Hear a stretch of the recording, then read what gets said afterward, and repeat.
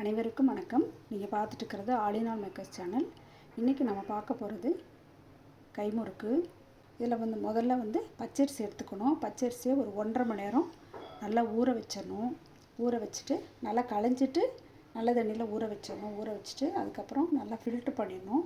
Filter பண்ணி ஒரு white cotton கிளாத்தில் நிலக்காய்ச்சலாக காய வைக்கணும். வெயிலில் காய வைக்காமல் நிலக்காய்ச்சலாக காய வச்சுட்டு இப்படி பிடிச்சோன்னா கையில் ஒரு 4 அரிசி ஒட்டுற மாதிரி இருக்கணும். அந்த மாதிரி இருக்கும்போது அதை எடுத்துடணும். எடுத்துகிட்டு மிக்சியில் போட்டு நல்லா நைஸாக அரைச்சிட்டு நல்லா சலித்து எடுத்து வச்சுக்கணும்.